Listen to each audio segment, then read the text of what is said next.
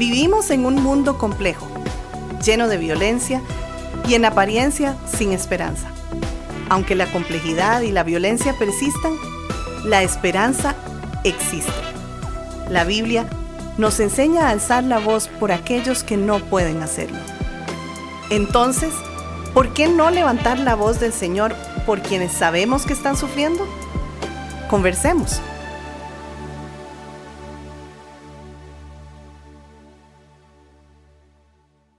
Es común creer que la violencia doméstica empieza cuando una persona pierde el control, grita, humilla o golpea. Muchas veces el problema viene de más atrás, de historias familiares donde se aprendió a vivir en alerta, a confundir autoridad con imposición, amor con dependencia, intimidad con maltrato, respeto con miedo. Lo que una generación no supo enfrentar ni sanar puede convertirse en la forma en que la siguiente generación se relaciona, se entiende a sí misma, cría a sus hijos o busca sentirse segura. Pero en Cristo esta historia no tiene que seguir repitiéndose. El Señor, por medio de su palabra, trae luz donde hubo confusión, verdad donde hubo engaño, gracia donde hubo culpa y poder para restaurar progresivamente lo dañado, formando en nosotros una manera nueva de amar, cuidar y servir. Mi hermano, ¿cómo estás? Programa 291. Gracias a Dios. Recordamos cuando el Señor nos llamó a empezar este lindo ministerio, ¿verdad? Y ya 291 podcasts. 291 semanas después. Pues exactamente, una bendición. Pues estoy muy bien, mi hermano, y muy contento de este nuevo tema, cuando las heridas vienen de lejos y se vuelven patrones hoy. Muy bien. Sí, porque en la etapa de enamoramiento, podríamos empezar por allí, muchas expresiones dañinas pueden quedar justamente contenidas. ¿Y por qué? Porque la persona que carga heridas se mostrará paciente, cariñosa o atenta, no porque sus heridas estén sanadas, sino porque busca asegurar el vínculo que pretende. Pero cuando la relación se consolida en la convivencia, es decir, en una relación más estable y especialmente en el matrimonio, aquello que estaba contenido puede salir con fuerza. Por ejemplo, gritos, ira, manipulación, control, desprecio o golpes. Así que la violencia no empieza allí. El vínculo ya asegurado dio espacio a patrones antiguos no confrontados ni sanados. Muy bien. Ahora mientras lees, podemos citar el Salmo 51.5. Porque la Biblia no presenta al ser humano como moralmente neutral. Salmos es muy importante, dice, en pecado me concibió mi madre. O sea, nacemos ya nosotros con un corazón inclinado al pecado, ¿verdad?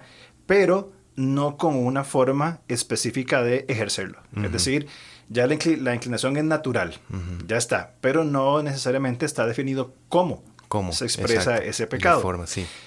Entiendo que esa forma se aprende y se modela por diferentes cosas. La familia, la cultura, experiencias vividas, van dando forma para que ese pecado, que pues ya es inherente a nosotros, se exprese. Correcto. Entonces, la violencia doméstica nace, por supuesto, de un corazón inclinado al pecado. Eso es punto de partida. Pero adopta la forma concreta de lo que una persona vio, sufrió y sobre todo normalizó.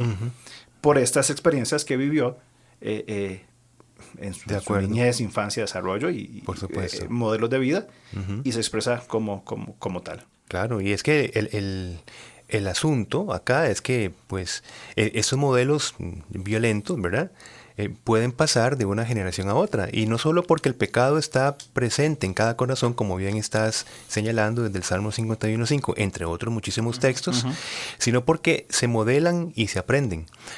Por ejemplo, un hijo ve cómo se habla en el conflicto en su casa, aprende, ¿verdad? Cómo es que se tiene que hablar en medio de un conflicto, cómo se corrigen errores, problemas, cómo la ira logra dominar, o sea, cumple un objetivo, la ira, ¿verdad?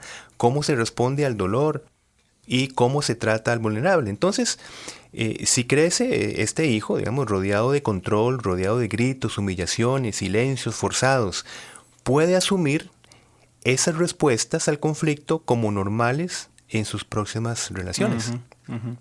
Y las va integrando Claro. en su forma de vida, su crecimiento, relaciones, amistades, trabajo, lo va integrando. Correcto. Entonces, estas expresiones, llamémosle de control o de aguante, no pertenecen solo al presente de una pareja. Eso que esta persona vio no es solamente del presente. Muchas veces, y esto es importante, muchas veces están conectadas a una historia familiar anterior. Claro. O sea, han echado en su mochila de cosas estos patrones.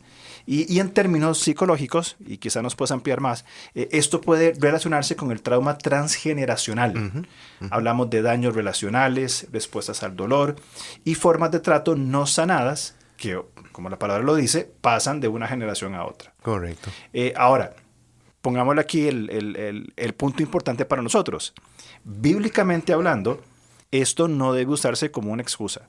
Es que yo vieras cómo crecí, es que si vos conocieras a mi familia y si vos supieras todo lo que yo viví cuando, ¿verdad? Es muy válido, totalmente, hay que considerarlo, claro, pero no es una excusa, sino es una advertencia. Correcto. La maldad de los padres puede alcanzar hasta los hijos.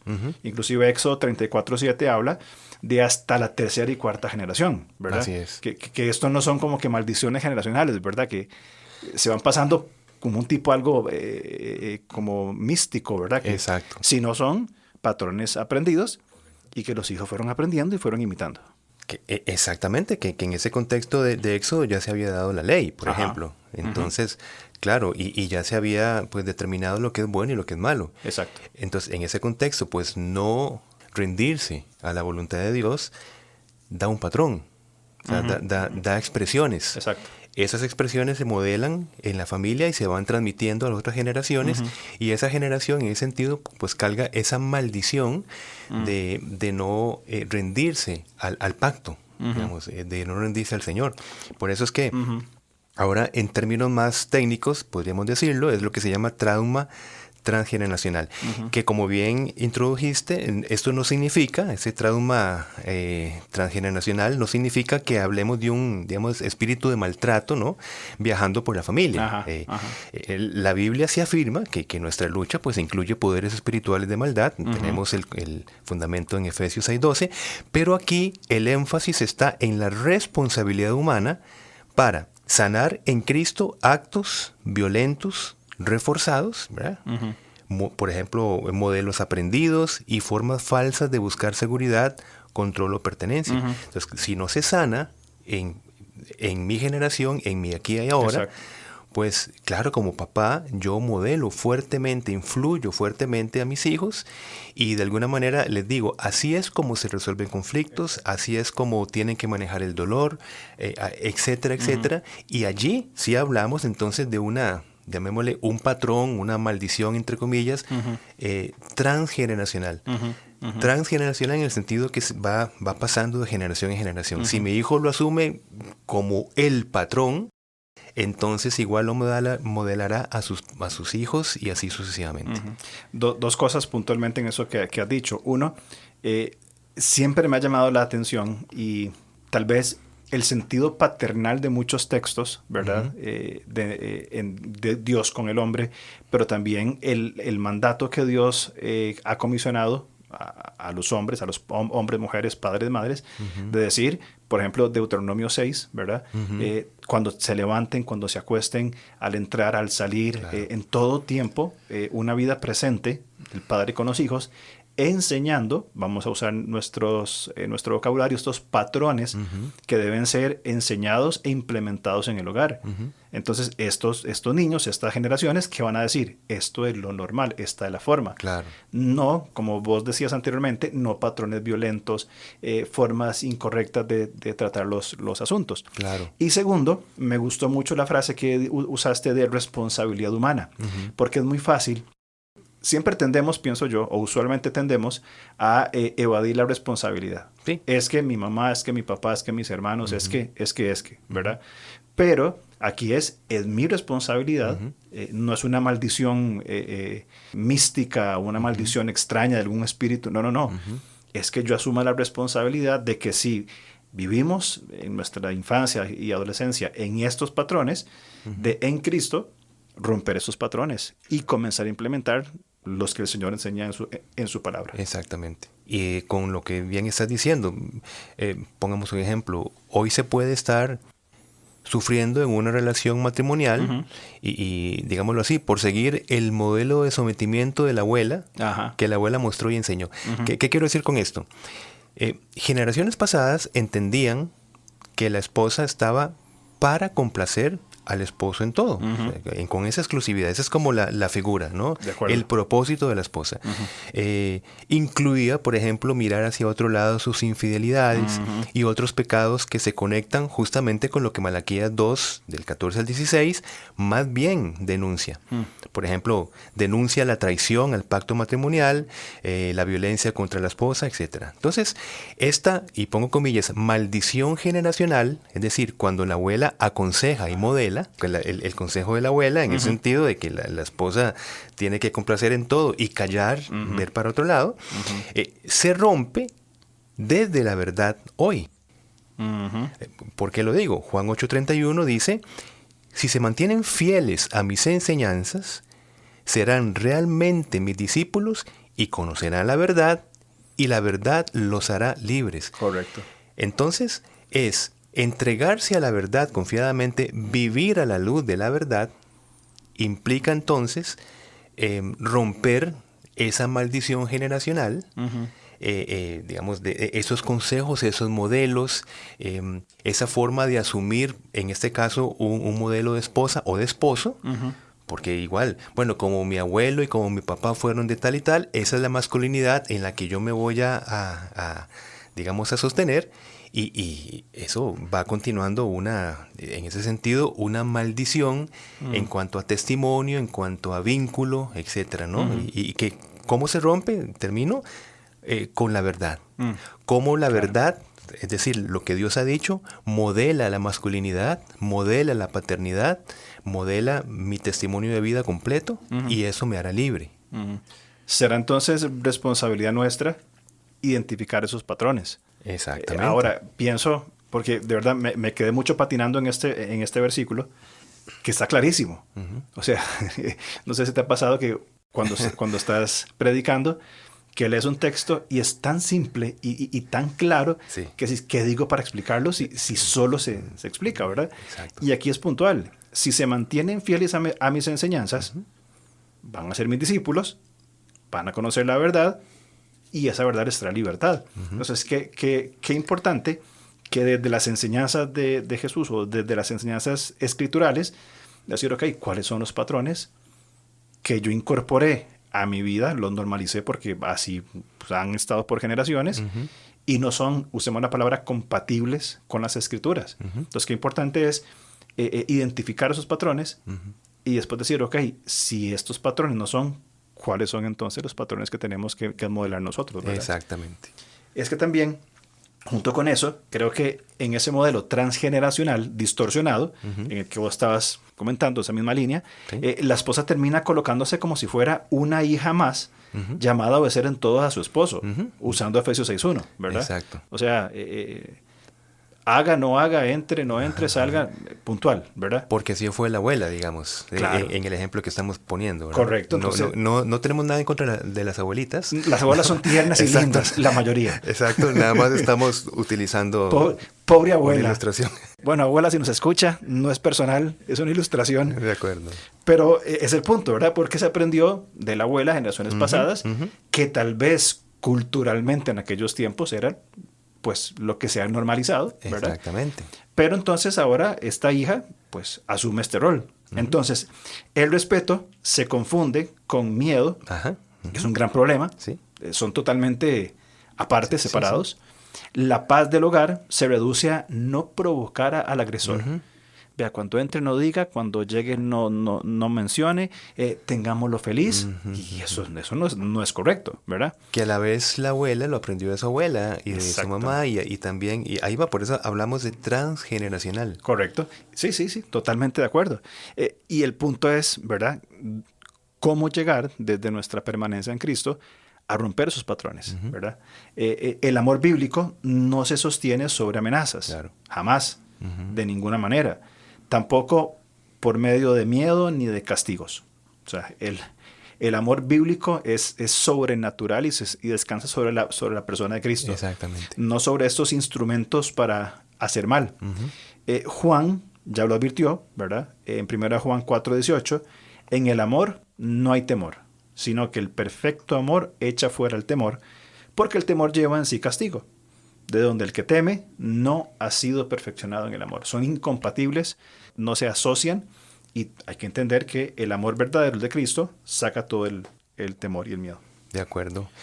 Y Pablo, por ejemplo, no le dice a la esposa en Efesios 5:22, o sea, no le dice, ¿verdad?, que obedezca por miedo a su esposo, sino que se sujete a Cristo y desde ese estado de sujeción en amor a Cristo, se someta a su esposo. Okay. Y permitidme explicar esto rápidamente, que ya lo hemos hablado en anteriores podcasts. Las palabras sujeción y sometimiento forman parte del campo de sentido de la palabra griega hipotazo. Pero ayuda mucho, ¿verdad?, diferenciarlas desde una línea específicamente pastoral conceptual. Okay. Es decir, desde una línea pastoral. Ok, correcto. Porque la palabra es la misma para ambos términos. Bien. Correcto. Entonces, desde esa línea pastoral, ayuda, o por lo menos me ha ayudado mucho, a mí también para consejería, entender sujeción como esa disposición interior donde se desea, donde se anhela, donde se confía, donde se entrega a la persona, donde se permanece en la voluntad del Señor por sobre todas las cosas, ¿no? Esa es sujeción, estar debajo de. Y debajo de un anhelo, ¿verdad? De un deseo, ¿verdad? Debajo de Cristo. Ok, ahora, el sometimiento va a ser la expresión visible, la expresión relacional externa de ese carácter forjado desde la sujeción interna. Entonces, pastoralmente ayuda mucho colocar con diferentes formas la sujeción del sometimiento. Para yo someterme a una persona en amor, es la forma visible, externa, de que yo previamente estoy sujeto a la voluntad de Cristo. Esa expresión, ese sometimiento, es, repito la línea, es esa vindicación de que mi corazón está sujeto a lo que Dios quiere, a lo que Cristo quiere. Y por supuesto, mi nivel relacional de sometimiento va a expresar justamente lo que el Señor quiere. Correcto. Ok, bueno, entonces por eso es que te digo que ayuda mucho. Entonces, como para reforzar, la sujeción es ponerme bajo Cristo. El sometimiento es la manera visible en que vivo bajo Cristo dentro de una relación específica. Ok. En ese caso, conyugal.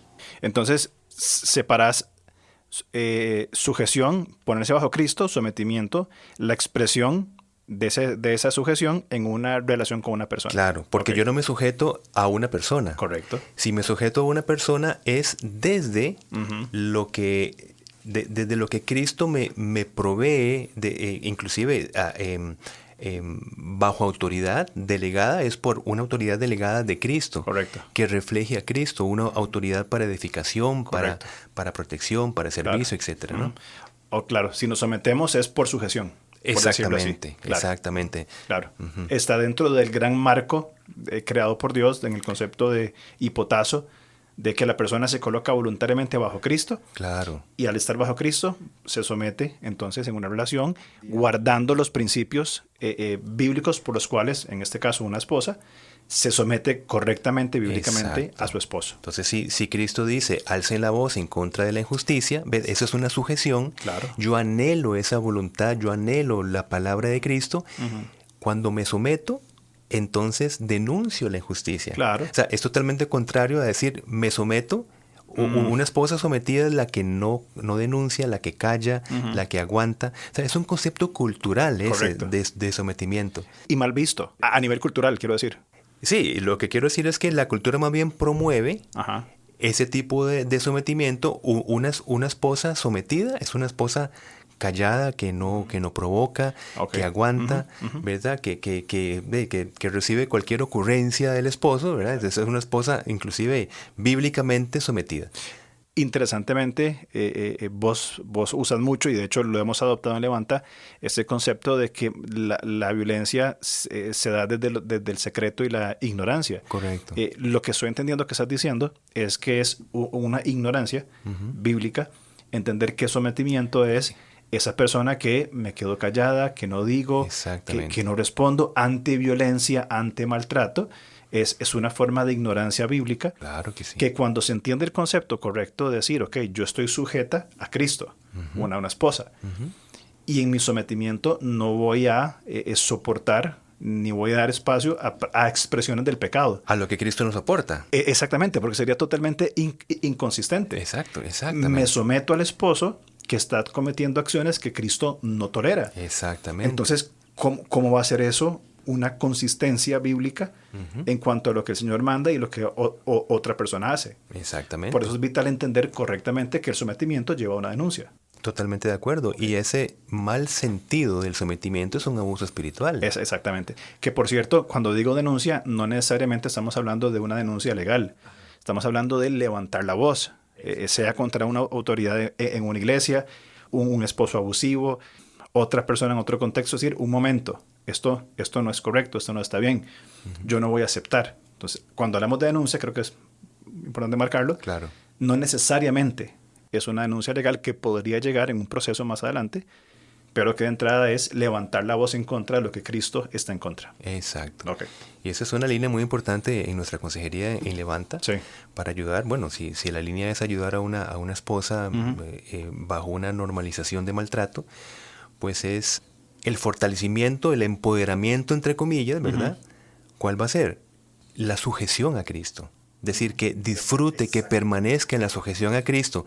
Desde allí se enriquecerá de valentía, de sabiduría, de prudencia, ¿no? De firmeza, para que se someta a su esposo. Correctamente eso entendido. Es que ese es el punto, ¿ves? Sí, y cuando, bueno, vos has estado, cuando empezamos una conferencia y, por ejemplo, decimos, en contra de la violencia, necesitamos esposas más sometidas a sus esposos. Claro, al principio lo hacemos al propósito, para ver las miradas que vamos a recibir. El 90% son mujeres que nos quieren bajar a pedradas. Ya, no, ¿para qué vine, no? Es uno más, ¿no? Exactamente. Pero es porque el término se ha realmente manoseado demasiado. De acuerdo. Se ha mal interpretado y tiene más bien una riqueza profundísima en contra de la violencia doméstica. Correcto. El sometimiento que surge de una potenciación, una capacitación desde la sujeción a Cristo. Exactamente. Totalmente de acuerdo en esto y es muy importante recalcarlo una y otra vez, justamente por esto, porque la palabra está muy manoseada. Sí. Se le ha cambiado el sentido y lamentablemente perdimos una palabra que es un tesoro, porque él es la palabra de Dios puesta para nosotros, en este caso, ¿verdad? Y digo otra cosa rapidísimo de esto. Me duele mucho que cuando inclusive una esposa que levanta la voz se autoculpa de posiblemente estar adoptando una posición de rebeldía, una posición inclusive de esposa no bíblica, ¿ves? Porque se está oponiendo, digamos, a la cabeza, etcétera, ¿no? Que por supuesto son procesos sabios de prudencia de cómo denunciar, pero me duele mucho que inclusive hay una autoculpa de decir, yo debo de orar más porque estoy faltando a mi espiritualidad, porque estoy denunciando, digamos, una falta en mi esposo. Totalmente de acuerdo, duele mucho y entristece y creo que lamentablemente yo creo que tenemos que ampliar el espectro, porque percibo, entonces una percepción, y puedo estar equivocado, de que si una mujer piensa de esa manera es porque en un círculo más amplio o en un círculo externo, tal vez en su comunidad de fe, en su iglesia, se ha enseñado eso. Un concepto de sumisión que no es bíblico, sino es una herramienta para seguir controlando y dominando, que de por sí es muy adecuada para los sistemas abusivos. Claro, por supuesto. Entonces, obviamente, bueno, yo leo una Biblia desde la ignorancia y el secreto, debo someterme. Voy a preguntarle a mi esposo, a mi pastor, ¿qué es eso? Y es, usted cállese, usted aguante, como la pobre abuela que hemos hablado, ¿verdad? Como la abuela, ¿de acuerdo? Ok. Entonces, obviamente, se dan estos conceptos que estamos hablando. Por eso la importancia de predicar bíblica contextual, literal, históricamente, y entender qué es lo que se está diciendo. De acuerdo. Entonces, para avanzar, denunciar en el cónyuge, si fuera el caso, lo que no pertenece a la voluntad del Señor, que insta a un arrepentimiento. Ahí va. O sea, es por eso que lo dije. Claro, yo me estaba adelantando, yo decía, era eso. Mira, es que sí, vas un paso adelante. Yo no me equivoco, voy un paso adelante. Pero sí, de verdad que tiene una linda relación lo que dijiste, porque un buen sometimiento, ¿verdad? Bíblico, insta, y de verdad que teológicamente tiene el fundamento total, a un arrepentimiento. Correcto. O sea, está... Claro, porque del error saquemos lo bueno. Claro. Cuando la esposa denuncia, no es para vengarse o para responder al mal. Exactamente. Sino que está respondiendo al mal con el bien. Exactamente. Y es una denuncia que procura el arrepentimiento en la otra persona. Sí. No se trata tampoco de mirar para el otro lado mientras se permanece en el pecado. Efesios 5:24 habla de esposas sometidas a sus maridos en todo. Es decir, toda la dinámica matrimonial. No queda nada fuera. De modo que el respeto, la ayuda, la corrección y la denuncia manifiestan que la esposa está primero, ya dijimos los términos, sujeta o bajo en Cristo. Desde ahí es que comienza todo este proceso de denunciar, entendiéndose lo que queremos decir, y de actuar desde una correcta sujeción. Dicen todo. No significa estar bajo el pecado o callar ante el abuso por miedo, sino vivir cada aspecto relacional del todo de la relación desde la voluntad del Señor bajo Cristo. Entonces la esposa tiene que entender eso, ¿verdad? O la víctima tiene que captar este concepto. No es que me salgo de la voluntad de Dios, no es que no me estoy sometiendo, sino que estoy procurando un arrepentimiento en el abusador al permanecer yo bajo Cristo. Y bueno, finalmente, como dice Primera de Pedro 3:6, que es muy importante esto, Primera de Pedro 3:6, después de hablar de esposas piadosas, ¿verdad? El apóstol Pedro, en los versículos del 1 al 5, Pedro dice que estas esposas piadosas hacen el bien, dice, al vivir sin ningún temor. La Reina Valera dice, sin temer ninguna amenaza. Es decir, una esposa piadosa hace el bien sin temer ninguna amenaza. Así que empiezan a romper traumas generacionales desde una sujeción más profunda a Cristo, donde la verdad, el amor y la valentía reemplazan el miedo que paraliza y modelos ignorantes para lograr un verdadero y necesario sometimiento conyugal. Muy bueno lo que estás diciendo, de verdad. Y aquí estoy chequeando el texto que citaste en 1 Pedro 3:6 en la NBI, y es muy interesante porque dice el 5, así se adornaban en tiempos antiguos las santas mujeres, que esperaban en Dios, cada una sumisa a su esposo. Que esperaban en Dios y esperaban en Dios. Y sumisión. Y luego el texto que citaste, hablando sobre Sara, ustedes son hijas de ella, sí, dos cosas, hacen el bien y viven sin ningún temor. Es decir, puntualmente, este texto que mencionaste es maravilloso porque apuntan a eso. O sea, ¿qué significa hacer el bien ante una constante de maltratos? O sea, ¿qué significa? Significa voy a levantar la voz. Exacto. Porque si callo, de cierta manera se convierte en un cómplice. Exacto. Y mantiene un trauma transgeneracional. Exacto. Ese es el punto. Porque sus hijos lo están viendo. Porque aprenden que la manera de ser mamá es callar. Exacto. Y aguantar.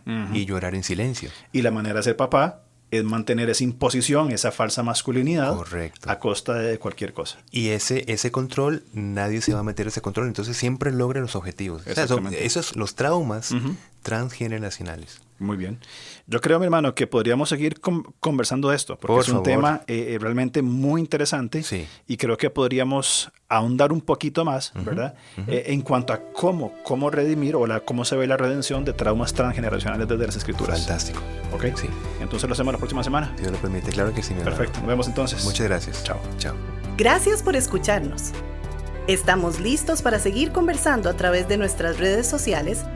En Instagram, búsquenos como @levantacr en Facebook como LevantaCR o contáctenos al correo alonso@levantacr.org.